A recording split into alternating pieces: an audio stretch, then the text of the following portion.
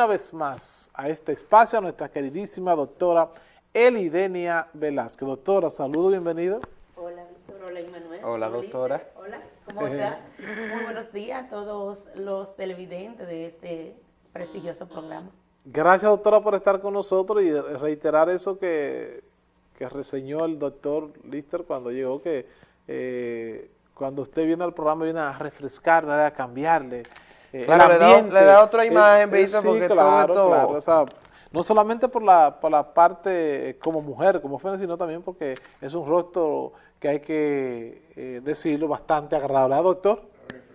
Refrescante. Gracias, doctora, por estar con nosotros. Muchas gracias. Hoy, doctora, nosotros vamos a tocar este tema que es muy común, pero que mucha gente, muy poca gente conoce a fondo la importancia que tiene el Alzheimer en jóvenes, doctora. Primero, iniciando este conversatorio, vamos a definir lo que es el Alzheimer. Ok, el Alzheimer es una enfermedad neurodegenerativa, es la demencia más común en todo el mundo entero y por lo tanto es una enfermedad que se caracteriza con demencia, por pérdida de la memoria, pérdida de otras funciones también, de la función ejecutiva, visoespacial y demás.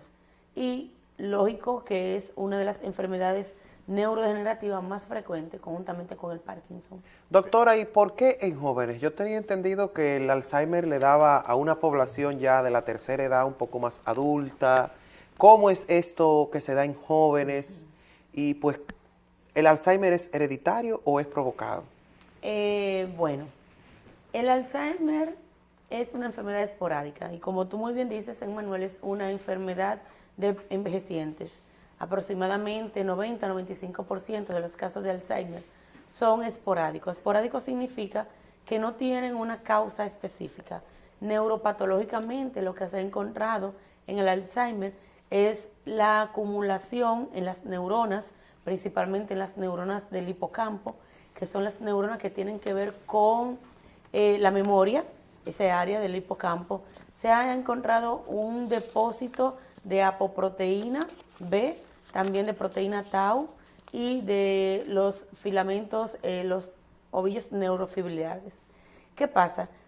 Como eso se deposita en el interior de la neurona, hace que la neurona vaya perdiendo su lozanía, su juventud, sus funciones y por tanto no pueda integrar conjuntamente con las demás áreas de asociación y por lo tanto el paciente va decayendo la memoria. Eso es lo común en envejecientes con Alzheimer, lógico.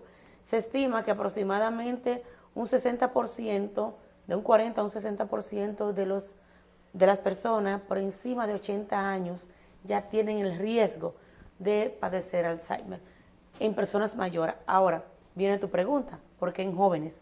Yo mencioné de un 90 a un 95%, significa que se quedó de un 5 a un 10%, que es el Alzheimer familiar. Y ese Alzheimer familiar es que generalmente es frecuente en jóvenes.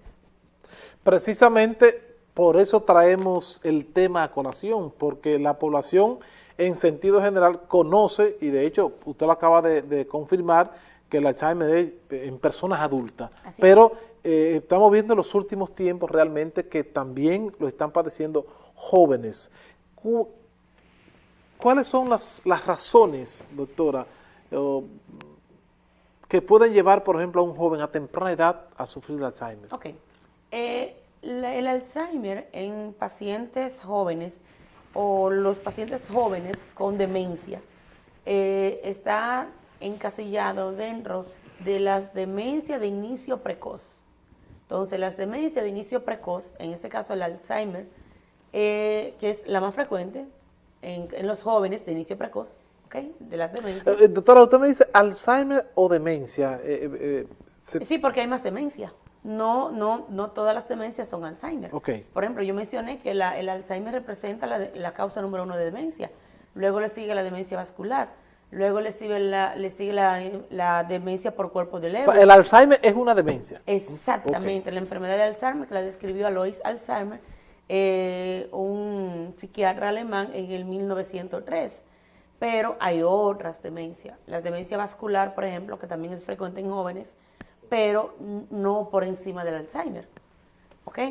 También está la demencia por cuerpo de Lewis, que es otro tipo de demencia. También está la demencia frontotemporal, la demencia producida por otras enfermedades, como enfermedades infecciosas, enfermedades inflamatorias. Ahora, ¿por qué en jóvenes?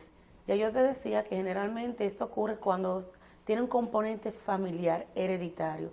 Se considera como una enfermedad autosómica recesiva y generalmente está asociada con alteraciones en el cromosoma 19, cuando hay una alteración o un depósito de la apoproteína 4E, principalmente en el cromosoma 19. Ahora, es lo más común en el Alzheimer familiar, pero hay otro tipo de alteraciones que es familiar también, dentro del Alzheimer familiar, que se caracteriza por alteraciones en la presenilina 1 y la presenilina 2, que están relacionados con el cromosoma 21 y con el cromosoma 2. Por eso, a los pacientes con síndrome de Down también le puede dar demencia o enfermedad de Alzheimer, porque los pacientes con síndrome de Down es una alteración o una trisomía 21, es decir, que hay una alteración en el cromosoma 21.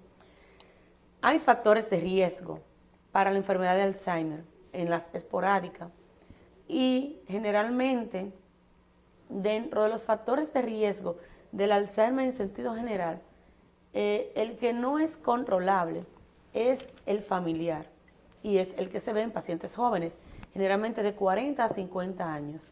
Ya de 65 años en adelante es el Alzheimer esporádico. El Alzheimer esporádico es en sentido general, el de los envejecientes, ¿ok? ¿Cuáles son esos factores de riesgo? Lo que yo siempre menciono, y a veces hasta me da cosas con los televidentes: dieta, obesidad, diabetes, hipertensión, vivir en un país subdesarrollado, como en el caso de nosotros, la pobreza, la baja reserva cognitiva. ¿A qué yo me refiero con la baja reserva cognitiva?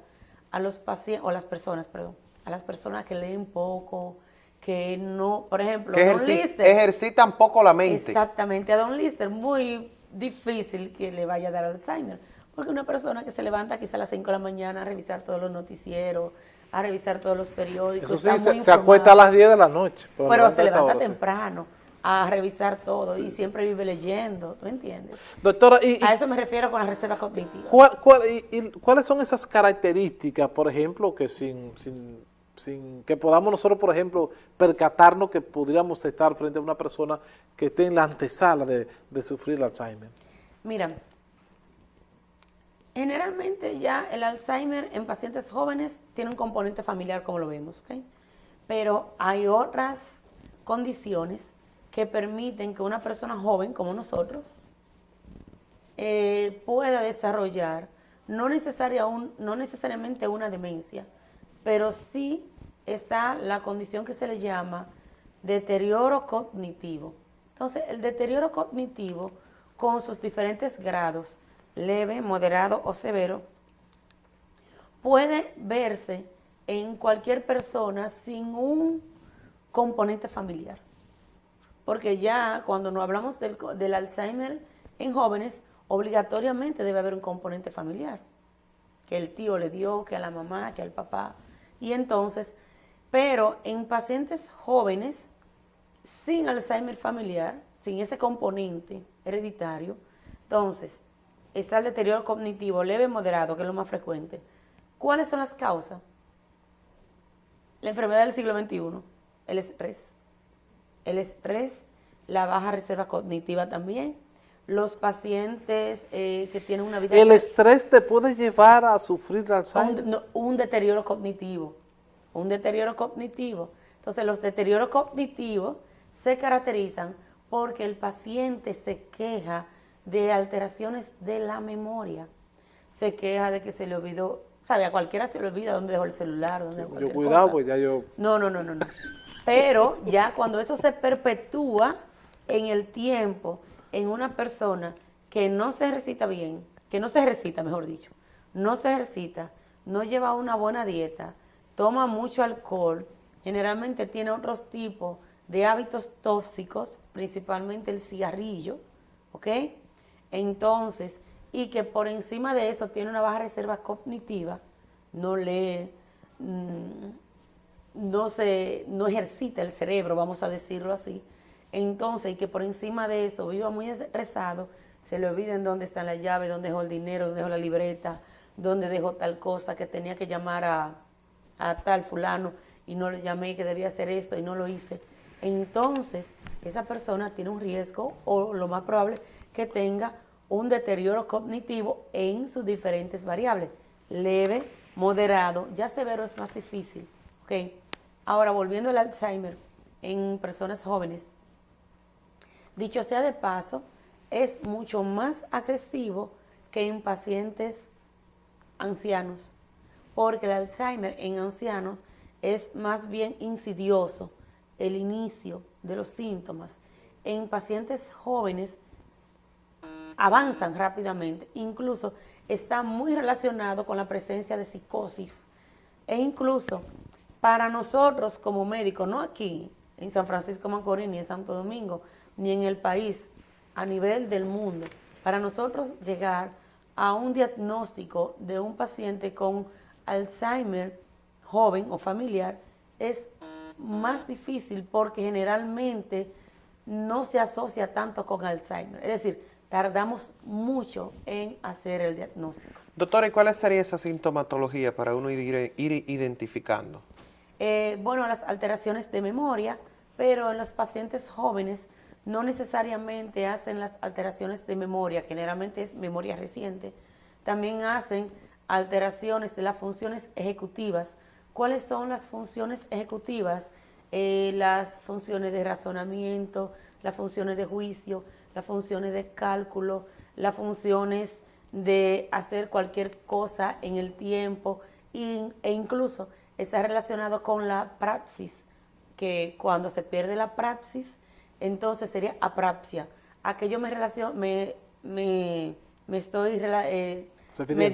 refiero con praxis? A la practicidad de la cosa. Es decir, cuando tú, imagínate un pianista, la praxis. Se le va olvidando a tocar el piano. Se le va olvidando. Nosotros los médicos, la praxis, que es evaluar un paciente, hacer lo que hacemos en el día a día. Un contador, que es la praxis, lo que hace esa persona con los números, con los cálculos, con el estado de cuenta, con lo que tiene que hacer. Entonces se va perdiendo la praxis, la habilidad para hacer lo que tiene que hacer. Entonces, en una persona joven que vaya perdiendo la habilidad para su memoria de trabajo, entonces eso llama mucho la atención. Hay un libro que incluso es una película, quizá muchos de los televidentes no lo relacionan tanto con el libro, sino más bien con la película Alice, que estaba en Netflix. Alice, se escribe, Alicia, es una película de una neurolingüista americana que trabajaba en la Universidad de Harvard, y de un momento ella trabajaba con la memoria, con la lengua. Entonces, de un momento a otro comienza a tener olvidos, una mujer joven en la cumbre de su vida.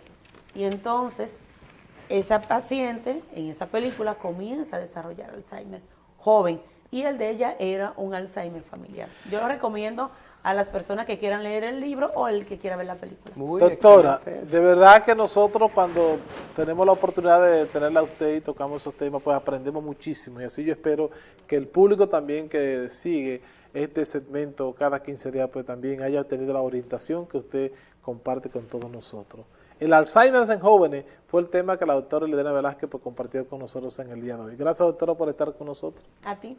En 15 días, viernes, ¿verdad? Volveremos nosotros a reencontrarnos con la doctora. Eso si no hay necesidad de tenerla antes, ¿verdad? Sí, exactamente. Si hay necesidad, solamente me visito el miércoles y estoy aquí de inmediato. Gracias, doctora Lidenia Velázquez, quien es neuróloga, y reiterarle que ofrece su servicio aquí en el Centro Materno Infantil del Nordeste, aquí en el segundo nivel de la calle Salcedo, esquina Padre Vera. Usted marque el 809-588-7080 y pide con la doctora Lidenia Velázquez inmediatamente, con mucho amor y mucho cariño la atenderá su asistente y tendrá contacto con nuestra queridísima doctora Lidenia Velázquez, quien es neuróloga.